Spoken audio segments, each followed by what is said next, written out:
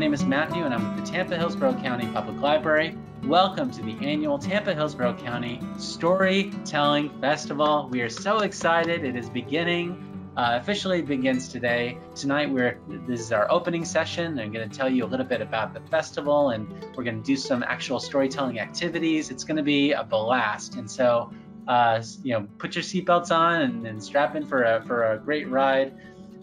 Before we begin, I wanted to just do a couple of very brief introductions. Now, you will see two speakers with you tonight on screen. We're keeping our fingers crossed, get a third special visitor a little bit later on. If so, we will welcome him in when he makes it on and introduce him later on in the program.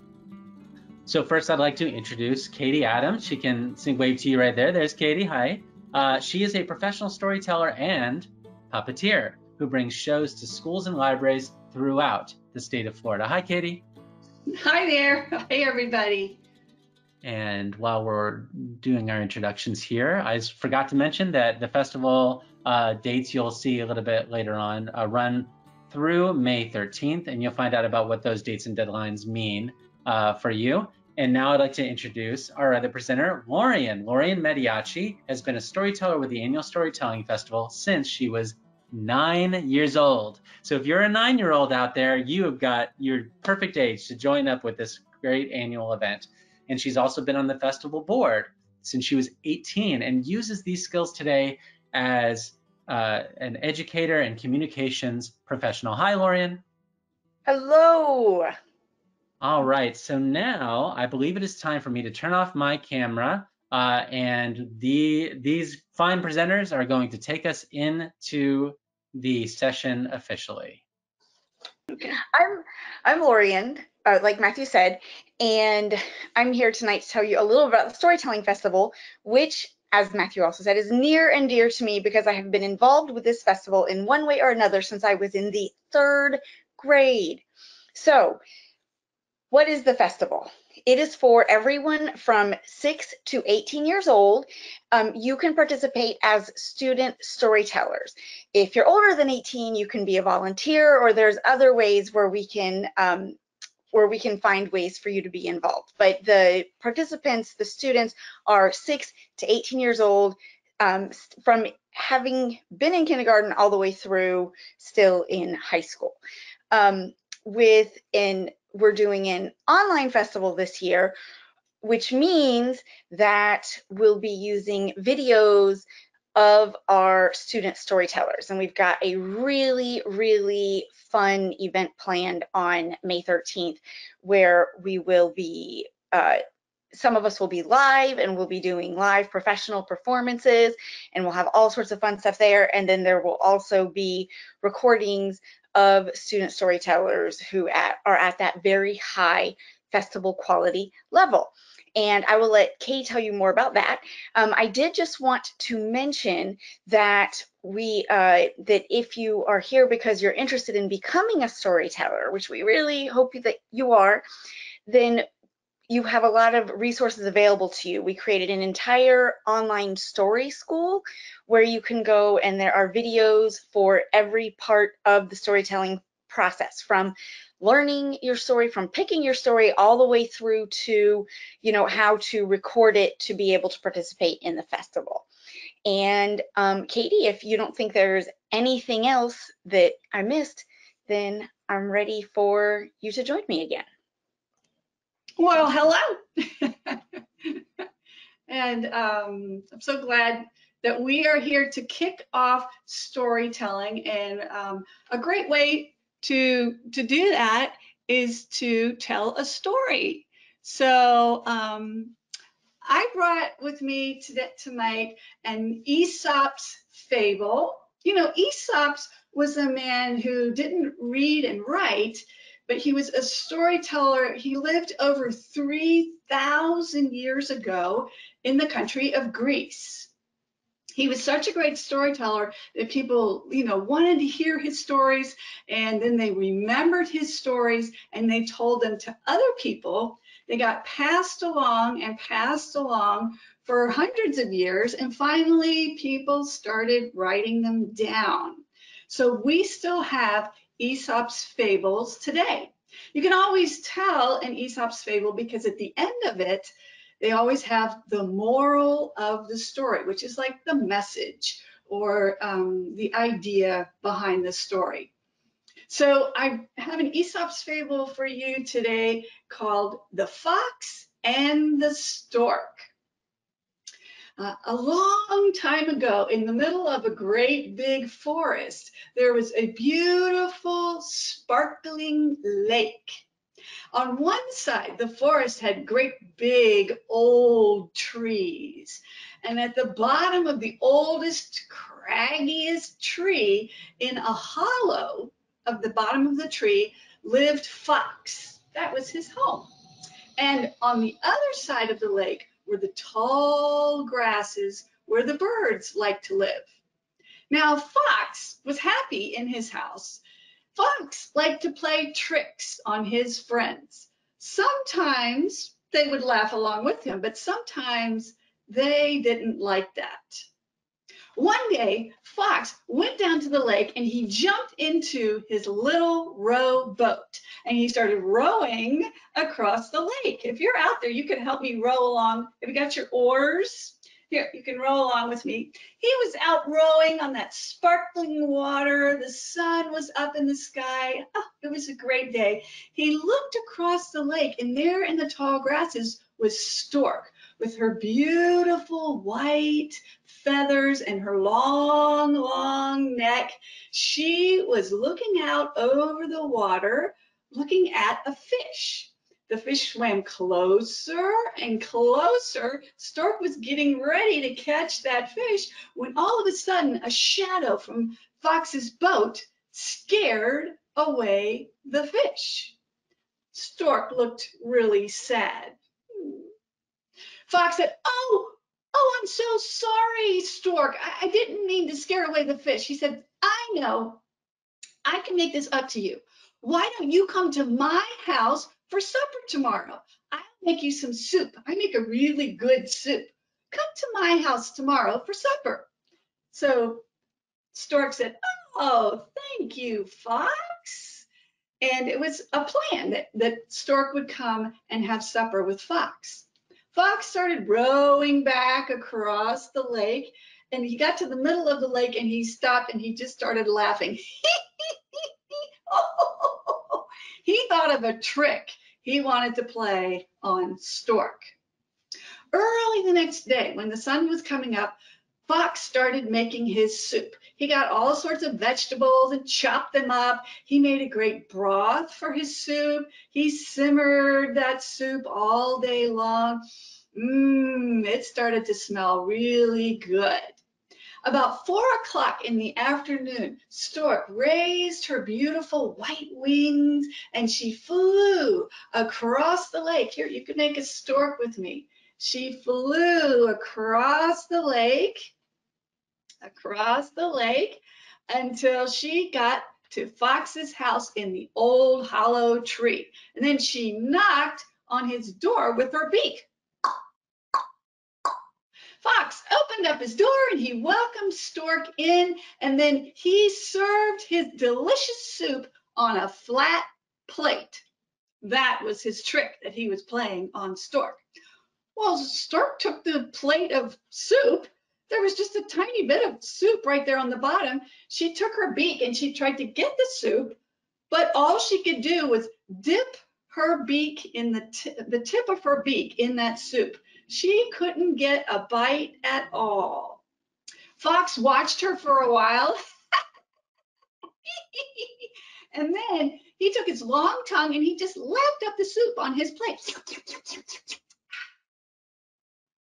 Stork did not complain. She just said, "Thank you, Fox. Would you like to come to my house for supper tomorrow?" Fox said, "Oh, sure." So they made another plan. And the next day, about 4 o'clock in the afternoon, Fox scampered down and he jumped into his little rowboat and he rowed across the lake. He got about halfway across the lake and he could smell the smell of Stork's soup. Oh, it was even more delicious smelling than his soup. Well, he rode the rest of the way across the lake, and then he bounded over the tall grasses until he got to Stork's house. And when he got there, Stork served her soup in a tall clay vase, a big tall clay jar. It was taller than Fox. Fox put his paws up on the jar and he tried to lift himself up to the top of the jar to get some of the soup. He tried again. He tried again. He kept trying. Finally, he stuck out his tongue. He could not get a bite. Stork watched him for a while, and she smiled to herself. And then she took her long neck and she reached it down into the clay jar and she drank up the soup.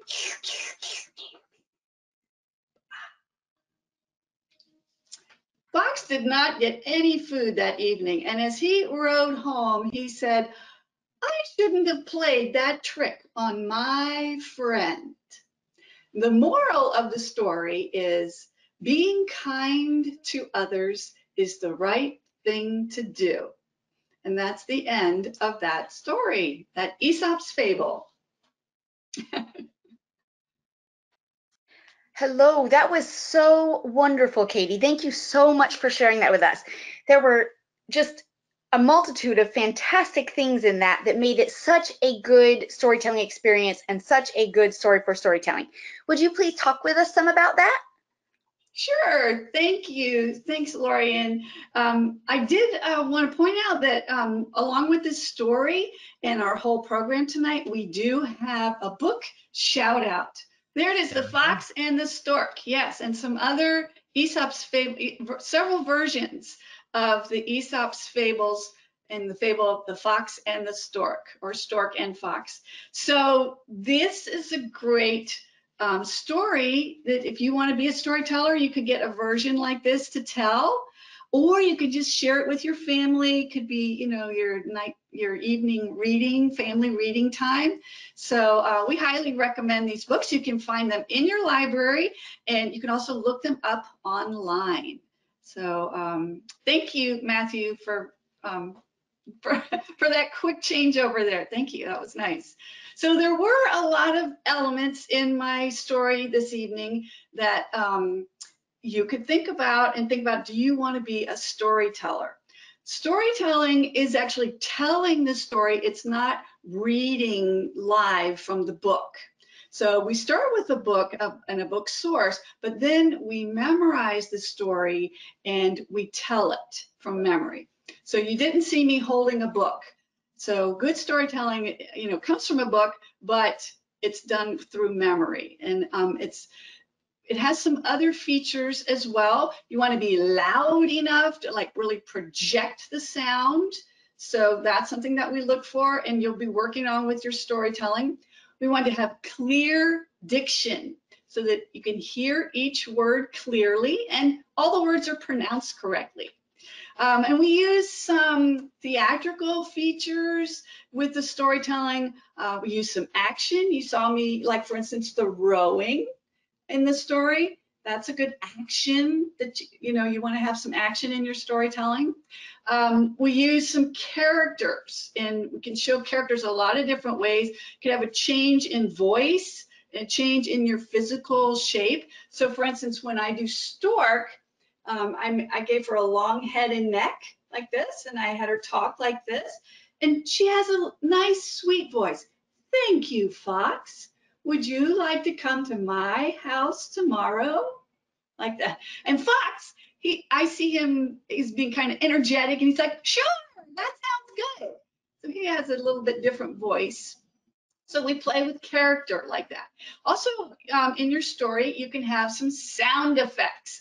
That's one of my favorite parts of storytelling. So this story had a sound effect when Stork knocks on Fox's door. She uses her beak like this. And I do that clicking with my tongue. So you could try that with me. It's fun. Yeah, like that. And also when Stork drinks the soup out of the vase, she puts her neck down in the vase and then she drinks the soup like this. And I make that sound effect. That's a sound to go with the story. So there's lots of things that you can play with storytelling. You can pick a great story, memorize it, practice your public speaking skills, and it's just a lot of fun. So would you like to do some storytelling this spring and learn how to do a story? We welcome you to join in. We're going to be doing several more sessions. We have a new live session coming up next week called Storytelling 101. You can find out about all of this on the library website, which is Hillsborough County Public Library Cooperative.org. So it's hcplc.org/storytelling festival. So if you type that in, you can go to the library website and then to the storytelling landing page, and on there you'll see, there it is. There's the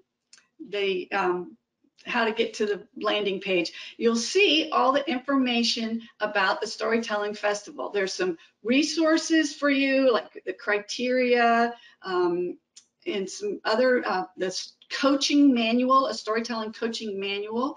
And then there's also all the videos, which we call Storytelling School. So if you miss one of these live sessions, you can go to those videos anytime, any day, and have a whole coaching session. And then we hope you'll learn your story. You'll kind of go along throughout the spring. You'll learn your story. You'll make a video of yourself telling your story, and then you'll turn that into us. Like I say, I hope that you will follow along for this online storytelling festival that we're doing this spring. You can go to that website, and the deadline is the 22nd. Parents, we really need your help. You're kind of the secret ingredient that makes all of this work for our online storytelling. So we hope you'll want to join along with us. And the last thing that I want to reemphasize is that next week is our next session, Storytelling 101. Lorianne and I are going to be back, and we're going to get really into a lot of details about how to tell a good story. So we hope you'll join us. There's one more thing.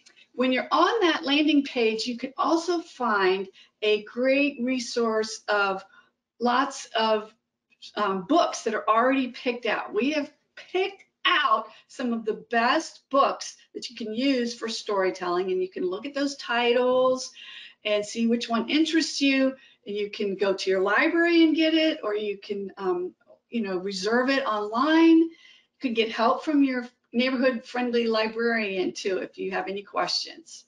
So also we're going to be doing some Q&A right at the end of this. I'm going to bring Lorianne back on, and she's going to do a story experience for us, and then at the end of that we are going to have some Q&A, so stick around if you have any questions. Katie, before you disappear, I have two questions for right now. Okay, great. So one is, I want to be super clear on the deadline. So the final culminating event of the festival, isn't that on May 13th? That's May 13th. Oh yeah, so I'm sorry. Yeah, I'm sorry. It's okay. April 22nd. April 22nd is when you need to get your videos in to so that we can do that evaluation and you can be part of the festival. So I'm sorry, everybody. Thank you, Lorianne. And then, okay, so the other thing that I wanted to talk about was memorization. So when you say memorize, does that mean that I have to learn every single word in the story in the book? Do I have to say every single word the author says just exactly like that? No, Okay. you want to take the story and kind of tell it in your own words. And we will be helping you with a process for that. One of the things we do, we work with storyboarding, which is where you take the general line of the story and then you make storyboards, drawings, and then you tell from that. So you're really telling it in your own words and making it your own story. Thank you. Yeah, so great question. Thank you. so much. Okay, so is it okay now if I go ahead and start off our storytelling experience? Yes, so I'm gonna, no, I'm gonna hang out. We're gonna bring in Matthew, right? We're gonna help you out. Okay, perfect. Thank you so much. Absolutely. Okay. And actually, if his camera is working, we do have a special guest we're going to invite to come on with us as well. Yay! Okay, great. Yay! Hey, so I'm just going to do a very, very brief introduction of Wendell, and then we'll get started with our activity. Wendell Campbell, a retired teacher of 41 years. His storytelling programs incorporate the art of puppetry and the art of storytelling.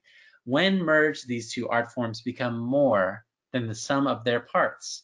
He also tells stories to intermediate and adult audiences as well. Welcome, Wendell. Thank you very much. I am so honored to be here. Sorry I'm late, everyone. We're just glad to have you. And so Lorian is gonna do her storytelling experience, and we're all gonna participate and help her. Then we're gonna finish up with some Q&A, and then if you all stick around, we'll have a special treat, and Wendell will tell a story. Excellent. So, Thank you so much, Katie. okay. So with the storytelling experience, I think this is really important because I know I'm a teacher, I'm a mother, I read a lot, we know things, and I know that you are already a storyteller. And I know this because I know that you have probably seen a movie that your friends haven't seen, and you've told the story of the movie to them without a book and without watching the movie word for word. So I know you already know how to do this. And then you see someone who is just as awesome and amazing as Katie telling a story, and you might think, oh, I could never be that good. I can't do that. I haven't ever done that before. But I'm here to tell you that you absolutely can do it. And it's one thing to say something, right? People tell you stuff all the time. But no, I'm not just going to tell you. I'm going to show you. I'm going to prove it to you with your own words and your own actions. And what better way to prove to you that you are already a storyteller than to have you be a storyteller with me right now. So I want everybody at home, moms, dads, cousins, friends, children who want to tell stories. I want everybody who can see this right now to stand up and to get ready to tell your story. Let's do a little warm up, make sure we've got our faces ready. Make sure we've got our voices ready. Let's. Katie is great at voice exercises. Nobody beats Katie for voice exercise that I know of. Let's make sure. Whew, okay, so here we go. So in order to tell a story, like Katie was saying, we learn the story. We don't memorize it word for word. And to learn it, basically, all we need to know is who the characters are and what happens. So I can think of one story that we probably already know, all of us, both of those things. And that's the story of the Three Little Pigs. So who is in the Three Little Pigs? We've got three little pigs and a big bad wolf. But we're storytellers, so they're not just three little pigs. They're three little pigs, and they talk like this. And it's not just a big bad wolf. It's a big bad wolf. Okay? And he talks like this, okay? And when in some stories there are little parts that we do memorize, like in Jack and the Beanstalk, you know, when he says fee, fi, fo, fum, that part is standard. And so there's a part in the Three Little Pigs, there's two parts that are always the same. And the first one is when the big bad wolf says, little pig, let me in. So I want my friends to turn on your mics. I want everybody to practice saying this with me in our biggest, baddest wolf voice. Here we go. Little pig, let me in. And then the pigs turn around and they say, not by the hair on my chinny chin chin. So everyone practice that one with me. Are you ready? Not by the hair on my chinny chin. And then the wolf comes back and does he take this? No, he does not take this. He wants to have recourse for that action. And he says, then I'll huff and I'll puff and I'll blow your house in. So everybody do that with me. Are you ready? Then I'll and I'll and I'll blow your house in. So that's going to happen repeatedly throughout the story. And when those parts come, I want you to come with me and to do that, okay? To do that right along with me, to use your little pig voice and make your little pig faces, okay? So this is the story, like we said, of 3 little pigs. And their mom warned them about the big bad wolf, but he's not in the story yet. First, we have 3 little pigs, and they're going off to live on their own in the world. And one of the first things that they need is shelter. So, of course, the first little pig finds straw. He finds someone selling straw, and he gets enough straw to build a house. So if you would like to build a straw house with me, go ahead. Let's build a straw house real quick. Make sure got all the straw in place. Okay, excellent. And then the second little pig found somebody selling sticks, and he bought sticks and he built his house out of sticks. So let's all build our stick house. Got to break some sticks to get the roof up there real good. Okay, so now we have a stick house. And the third little pig, arguably the most intelligent of them all, he built himself a brick house, right? So let's build ourselves a brick house, okay? So we've got the bricks, the trowel, and the mortar, and let's get our rows of bricks going and trowel. Okay, this takes a little bit longer to build a brick house, but that's okay because they're so much stronger, right? Okay, so we have our 3 pigs, and they live in their 3 houses, and then who comes into our story but the big bad wolf? And he comes up to the first little pig's door, and he knocks on the door, boom, boom, boom. And he says, now everybody say it with me, little pig, little pig, let me in. Here we go. Not by the hair of my chin. What do the wolf do? Then I'll huff, and I'll puff, and I'll blow. Thank you so much for helping. I'm sure that you were absolutely amazing at home too. And what did the wolf do? He huffed and he puffed and he blew the strong house in and it fell. Now, here you get to make a choice as a storyteller. In some versions of the story, the pig does die. And in some versions, the wolf even eats him. But I'm not going with that tonight. I'm going to listen to the moral of Katie's story and decide it's better to be nice. And I'm going to say our little pig survived. He went wee, wee, wee, wee, wee, all the way to his brother's home. And there they resided in the stick house. Well, the wolf did not get to eat the pig, so he was still hungry. So he went to the stick house and he banged on the door. Boom, boom, boom. And what did he say? He said, little pig, little pig, let me in. Not by the hair of my chin. Then I'll huff, and I'll huff, and I'll blow. And good to his word, the wolf huffed, and he puffed, and he blew the stick house down. And again, our 2 little pigs survived. They both went wee, wee, wee, wee, all the way home to their brother's brick house. And then along came who? The big, the bad, the wolf. And he banged on the door, boom, boom, boom.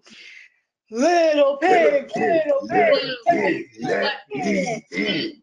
By the hair of my chin. Then I'll huff, and I'll puff, and I'll blow. And he huffed, and he puffed, and he blew. As hard as he could, but did the brick house fall? No, it did not. So the wolf tried a new tactic, a new strategy, and he looked around the house. And us being wonderful architects, when we and our little pig built our house, of course, we built a chimney so that we could have a fire and cook things like soup. And so the wolf saw the chimney with fire, he saw the chimney, and he thought, I can get in the house that way. So he climbed up on the roof and he went to go down the chimney. But not only was our third little pig smart enough to build a brick house that was wolf breath proof, he also was smart enough to know to start a fire going. So he put a big pot of water on and put wood under it and started a fire and got a fire going. So when the wolf tried to come down, he ended up tail first in a pot of boiling water. The wolf climbed out as fast as he could go, and he ran as fast as his wolf legs could carry him away, and he was never seen again. And then the three little pigs got to live in the house with their brother. How? Happily ever after. And that, my friends, is the end of that story. Yay. Awesome. That was great. Well, I hope you all were participating at home. I think I might have heard some voices coming through from around Hillsborough County. Everybody enjoying that. That was wonderful, Lorian. Thank you. And Lorian, I think you might need to go soon, but do you have time for one question before you do? Absolutely. Awesome. Well, we're going to start our Q&A section here, folks. So if you look for your questions section, type in any questions and comments you want to share with this fine group for the festival, and we'll do our best to get to as many as we can. But first, Lorian, let me ask you, do participants have to have any previous storytelling experience in order to participate in this year's festival? No. Like we were saying earlier, and you said in your wonderful introduction, thank you, I started doing this when I was 9 years old in the 3rd grade. We don't start as professional storytellers. We start as people who tell stories, and then we learn through the types of practices that we're going to do with you in future GoToWebinar sessions and the storytelling school videos. That's how you learn, and that's how you become this level of storyteller. And I also wanted to say, because I feel kind of like built in that question is the idea of like competition or an audition, like only so many people get to get in. So if you don't have enough experience, you won't be one of those people. But not only do you not need experience, but one of the reasons that we're online is so that we can continue, as we have for all of the decades of our festival, to allow any student who can tell a festival quality story to be featured as a storyteller in the festival. So if 4,000 people submit videos that all have festival quality stories, then we're going to have a 4,000 video playlist on YouTube, which would be great. So you and 3,999 of your closest friends should all get together and do storytelling. But yeah, so you don't have to have prior experience, and everybody who's able to learn a story is able to participate in the festival as a storyteller. All right, thank you so much. Well, Lorian, thank you so much, and have a wonderful evening. We're going to keep the Q&A going for a few minutes here, and then we're going to do a little encore with our storyteller, Wendell. Wendell, a question for you. Somebody's asking, can their child wear a costume or use any kind of props when they do their storytelling video for the festival? Well, for our storytelling festival, it's a traditional kind of festival where we are trying to make sure that the kids get the experience of just plain storytelling. Now, for me, I use props with most of my storytelling, so I would not be allowed to use some of the puppets that I normally use.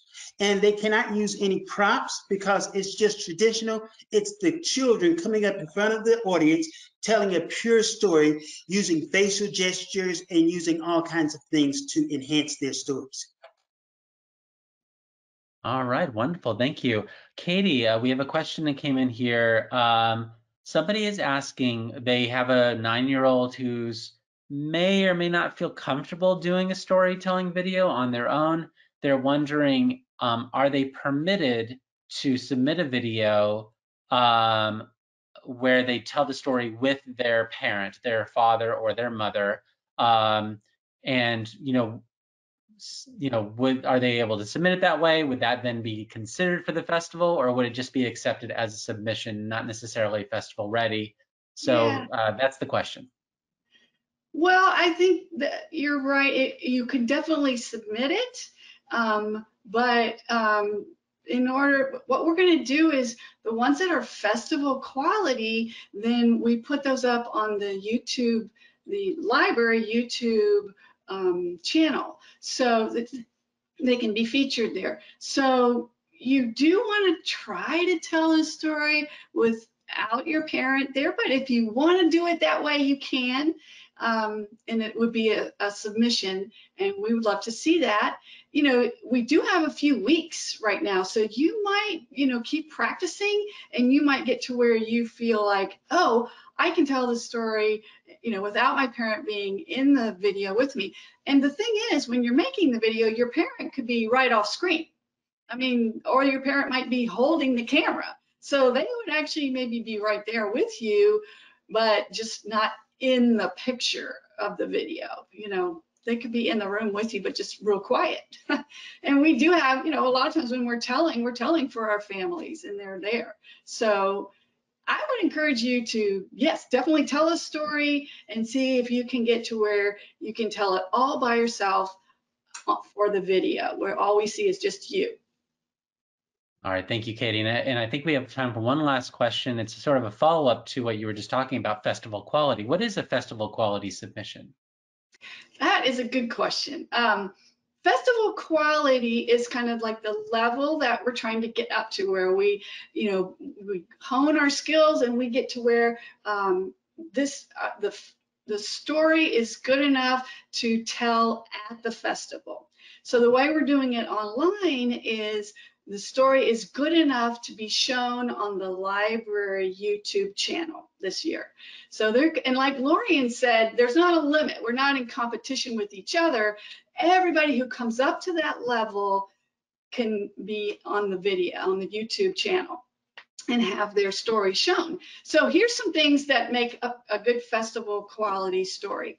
It's a story that comes from a good choice of story, and we have some of those books right there on the storytelling landing page on the library website. So they've given you a list of books, and we can help you with that as well. We'll be talking about that next week too.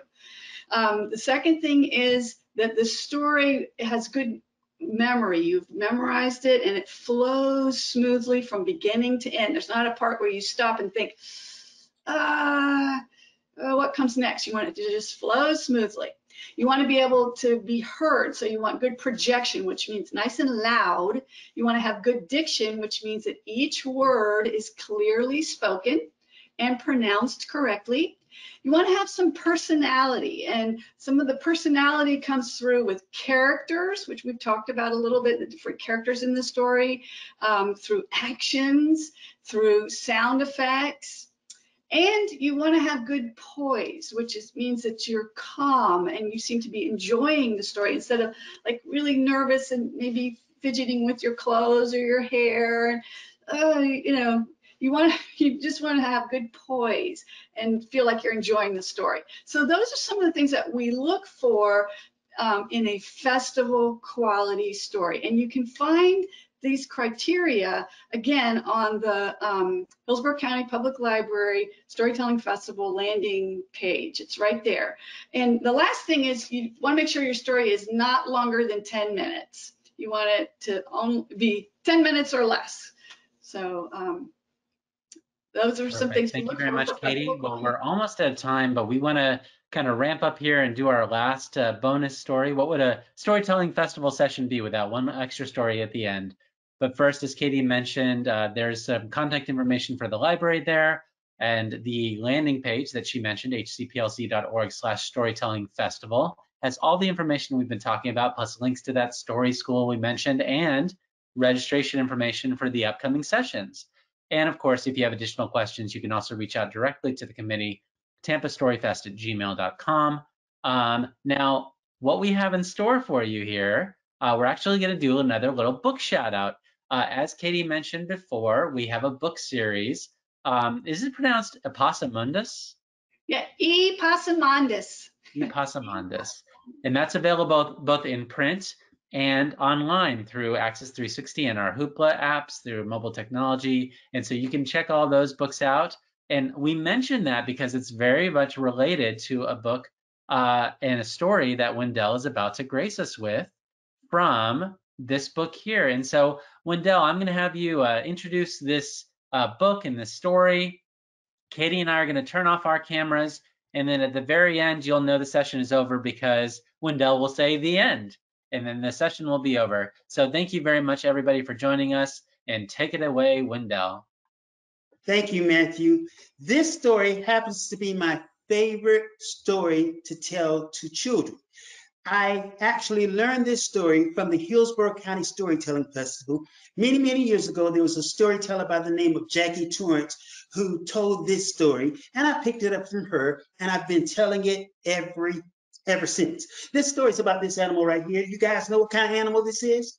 Now, this animal right here is a possum. Now, you probably can tell possums from other animals because possums, they can hang upside down by their tails like that. Not too many animals can hang upside down like that. Another thing about possums is they have a pouch. And what they keep in that pouch, keep their little baby possums nice and warm with that pouch. Now, Brer Possum, he lived back in the days when the animals could talk. And Brer Possum, he was a nice critter. Every morning, Brer Possum, he'd get up and he'd head down the road and he'd help out this one, and he'd help out this one, and he'd help out this one. Brer Possum just help out everybody. But at nighttime, old Brer Possum, he'd be plumb tuckered out. So what Brer Possum would do is he'd find himself a tree, and Brer Possum, he'd hang upside down by his tail like that until morning time would come. Now, when morning time would come, Brer Possum, he'd get down out of that tree and he'd head on down the road to try to find a place to sun himself. One day, Brer Possum, he was just walking down the road trying to find a place to sun himself, and he came across this big old hole in the middle of the road. He looked in that hole and he jumped back real quick because down in the bottom of that hole, it was old Brer Snake with a brick on his back. Brer Possum, he got to thinking of, that's old Brer Snake down in the bottom of that hole with that brick on his back. I best be getting on out of here because if Brer Snake gets to seeing me, he won't do nothing but bite me. So Brer Possum, he took off on down the road. Boogity, boogity, boogity, boogity, boogity, boogity, boogity, boogity, boogity. Brer Possum, he thought he had gotten away from old Brer Snake. All of a sudden, Brer Possum heard something calling him, and it sounded like, help me, Brer Possum. Brer Possum, he stopped and turned around. Brer Possum says, that's old Brer Snake calling me. I best get on down to that hole to find out what he wants. So Brer Possum, he went on down to the hole. And when he got to the hole, he looked in the hole and he said, Brer Snake, was that you calling me? What do you want with me? Brer Snake said, Brer Possum, I've been down in the hole where the sun doesn't shine, and I have this brick on my back. Won't you help me get it off? Brer Possum says, Brer Snake, if I get down in that hole with you and try to get that brick off your back, Brer Snake, you won't do nothing but bite me. Brer Snake looked at him and he hissed and he said, maybe not. Maybe not. Maybe not. Brer Possum says, Brer Snake, I got to think about this. You let me think. So Brer Possum, he started thinking. He thought high and he thought low. About the time Brer Possum was thinking high, he saw an old tree limb. He looked up there, he grabbed that tree limb, put it in the hole, put it under that brick, and he kind of flicked that brick off of Brer Snake's back. And he took off on down the road. Boogity, boogity, boogity, boogity, boogity, boogity, boogity, boogity, boogity. Brer Possum, he thought he had gotten away from old Brer Snake. All of a sudden, Brer Possum heard something calling him again, and it sounded like, help me, Brer Possum. Brer Possum stopped, turned around. Brer Possum says, that's him again. Brer Possum, he went on down to the hole. And when he got to the hole, he looked in the hole and he said, Brer Snake, was that you calling me again? What do you want with me now? Brer Snake said, Brer Possum, I've been down in the hole where the sun doesn't shine, and I've grown stiff and I can't crawl out of the hole. Won't you help me get out? Brer Possum says, Brer Snake, I got to think about this. You let me think. So Brer Possum, he started thinking. He thought high and he thought low. About the time Brer Possum was thinking low, he saw that old tree limb that he dropped down there. So he reached down, grabbed that tree limb, put it in the hole, put it under Brer Snake's belly, and he started raising Brer Snake high above the hole. Now, when he had Brer Snake high enough, he flicked him over in the tall grass, took off on down the road. Boogity, boogity, boogity, boogity, boogity, boogity, boogity, boogity, boogity. Brer Possum, he thought he had gotten away from old Brer Snake. All of a sudden, Brer Possum heard something calling him again, and it sounded like, "Help me, Brer Possum." Brer Possum stopped, turned around. Brer Possum says, "That's him again." Brer Possum, he went on down to the hole. And when he got to the hole, he looked in the hole and he didn't see Brer Snake in the hole. All of a sudden, Brer Snake started to crawl out across the grass, crawled up and looked at old Brer Possum. Said to Brer Possum, "Brer Possum, I've been down in the hole where the sun doesn't shine and I've grown cold. Won't you put me in your pockets to warm me up?" Brer Possum says, "No, Brer Snake, I'm not gonna do that. You see, I've already done 2 things for you. I got that brick off your back, I got you out of that hole, and that's enough. I'm not gonna do any more." Pretty soon, old Brer Snake, he started to look kind of sad. And when Brer Possum saw that, Brer Possum says, "All right, Brer Snake, I'm gonna do it, but that's the last thing I'm gonna do for you." So Brer Possum put Brer Snake in his pocket and he headed off down the road, nice and slow like this. Pew, bookity, bookity, bookity, like that. Now, it's something about snakes you gotta know. When snakes are cold, they don't move around so much. That snake was so still in that pocket, Brer Possum forgot he was even in there. All of a sudden, the snake started to warm up a little bit, started moving around in that pocket, crawled out of Brer Possum's pocket, crawled out of his shirt, crawled out of his collar, and was looking at old Brer Possum, eye to eye, nose to nose. And that's when Brer Snake said, "Brer Possum, I'm gonna bite you. I'm gonna bite you." Brer Possum says, "Now, wait a minute, Brer Snake. Hold on a second. Why you gonna bite me, Brer Snake? I was the one that got that brick off your back. I was the one that got you out of that hole. I was the one that put you in my pocket so you can get nice and warm. Now, why you gonna bite me?" Brer Snake said, "You knew I was a snake when you put me in your pockets." And Brer Snake reared back and bit Brer Possum. Brer Possum, he did a double somersault in the air, and Brer Possum, he was dead. Brer Snake saw that. Brer Snake was satisfied. Brer Snake headed on home. Now, the moral of the story is, if you're a nice guy, like old Brer Possum was, and you see trouble happening, like trouble will happen, you never trouble until trouble troubles you. Because if you bother with trouble, you won't end up in nothing but trouble. But that's not the end of the story. You see, there's a moral to the story. See, Brer Possum, he wasn't really dead. What Brer Possum was doing was playing dead. Soon as Brer Possum saw Brer Snake head on down the road that way, Brer Possum got up, grabbed his little kid, and headed on home himself. And from that day until this, anytime anyone's playing dead or playing sleep, they don't say they're playing dead or playing sleep. Y'all know what they say? They say they're just playing possum. And that's the end of that. See y'all later.